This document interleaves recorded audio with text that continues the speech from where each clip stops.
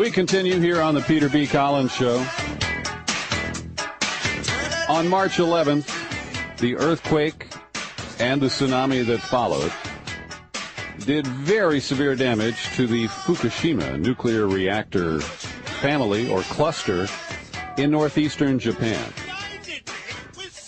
And we now know the Japanese authorities, including the TEPCO power company, the utility that owns those plants, have not been honest with the Japanese public or the world public at large about the severity of the damage and other issues, including the continuing threats to the nearby population, to produce and animals in the area, and, of course, to the sea life in the surrounding area because of all the leakage of seawater that was poured on the reactors in the days and weeks after the events of March 11th. Kevin Camps returns to our program today. He is the radioactive waste watchdog, that's his title, at Beyond Nuclear, and their website is beyondnuclear.org. Kevin, good to talk with you again. Thanks for having me, Peter. I guess where I'd like to start is just with what we now know about the severity of the damage at the cluster of reactors in Fukushima. And the news has come out slowly, but at the end of May, it was essentially confirmed that lies were told, the damage was underreported, and there were meltdowns in 3 of the cores of the reactor cluster there at Fukushima. Well, just as you said, Tokyo Electric Power Company seems to have hidden a lot of information for as long as possible. But yes, indeed, units 1, 2, and 3 could have experienced complete meltdowns, which means that the radioactive core, the nuclear fuel, has turned into a molten liquid and gathered on the bottom of the reactor pressure vessel itself in each of those units, and very likely burned through those reactor pressure vessels. The final line of defense would be the primary containment structure, and apparently the cooling operations that are ongoing are an attempt to try to prevent that final leakage through that final layer of defense, because the secondary containment buildings, if your listeners have seen the photographs, are damaged or entirely destroyed. I mean, the Unit 3 reactor building is a pile of rubble at this point. Yeah. So the final line of defense against large-scale radioactivity releases from those reactors is that primary containment structure, which is a concrete and steel structure. And so they are desperately still trying to cool those melted-down cores, which are now molten pools from burning through that final layer. The other bad news involves the pools of high-level radioactive waste storage at the multiple units. Those are not contained within a primary containment structure, so if those pools boil dry, if the wastes inside catch on fire, those are direct radioactivity releases into the environment. That, too, is an ongoing risk. They have taken extraordinary measures, failed drops of water by helicopters, ongoing water cannons and fire trucks firing water into these pools to try to keep them filled, because they have yet to establish ongoing cooling mechanisms in these facilities. It's very much ad hoc at this point.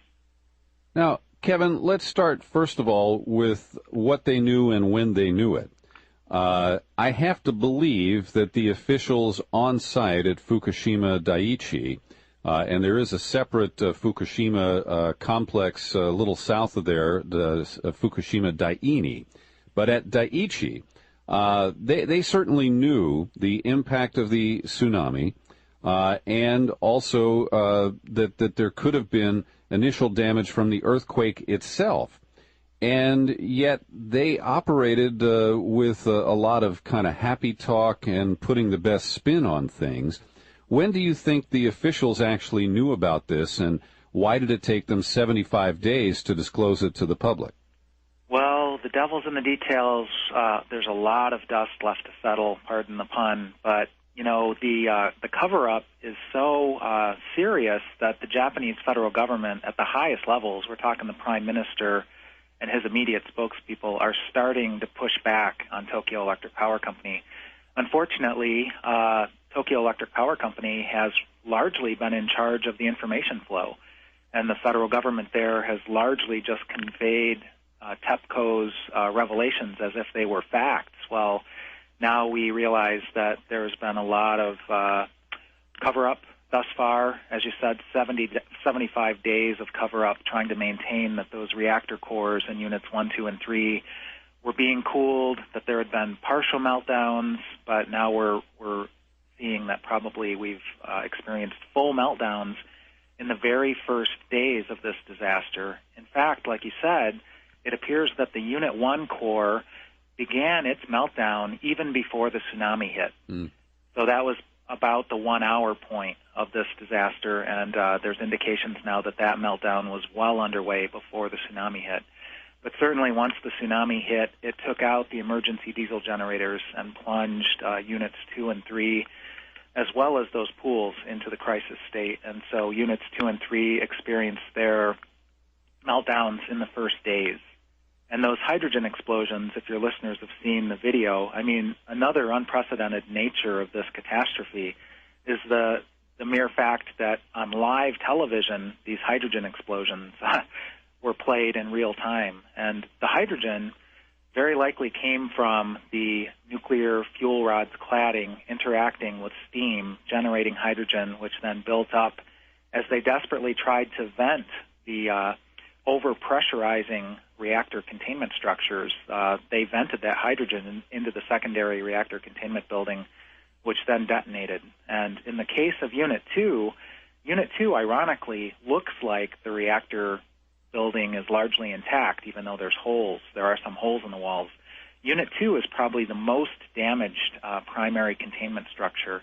There are 2 primary containment structures that TEPCO and even the Japanese government and even the International Atomic Energy Agency admit are damaged. Unit 2, they say, is severely damaged. And as I mentioned, that's the last line of defense.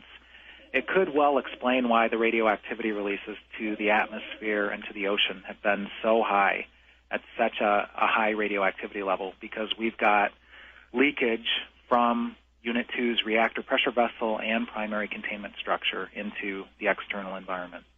And what about the further complication at Unit 3, Kevin, where they had an enriched fuel with extra plutonium? I guess it's kind of like high-test uranium. Yes, 6% of the Unit 3 core had been loaded with what's called MOX fuel, which is short for uranium-plutonium mixed oxide fuel. And they were on the way to loading a full 33% of that core with plutonium. Fortunately, I guess you could say, only 6% was plutonium. And I was actually invited to Fukushima Daiichi itself last August as a part of the campaign by the local anti-nuclear movement and the national anti-nuclear movement of Japan to stop the loading of plutonium fuel into Japanese reactors across the country. Unfortunately, it failed just a couple weeks after I visited in August. They actually loaded that 6% plutonium core. It's fair to say that doing that contributed to the overheating of the core at Unit 3 because plutonium burns hotter than uranium.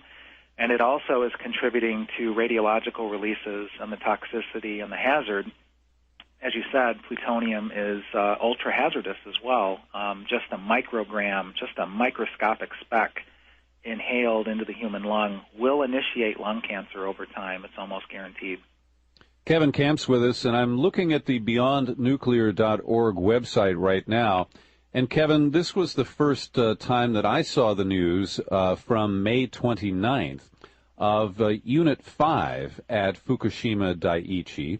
And this, we were told, was a unit that had automatically shut down during the earthquake trauma, or was it shut down beforehand? I'm not clear on that. Actually, Units 4, 5, and 6 were not operating. They were down for inspections and or maintenance at the time, fortunately. Okay.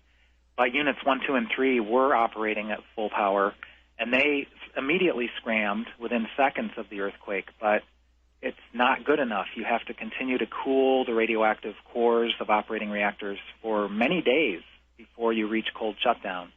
So technically speaking, as you indicated, Units 4, 5, and 6 were already in cold shutdown before the disaster struck. But incredibly, they just experienced, perhaps this may go back to March 11th itself, but just yesterday was it revealed that there's an oil slick off of Unit 5. Apparently, these large, heavy oil containers holding 1 million liters each, and there's 2 of them, so 2 million liters of heavy crude oil were moved 30 feet by the earthquake and perhaps even the tsunami.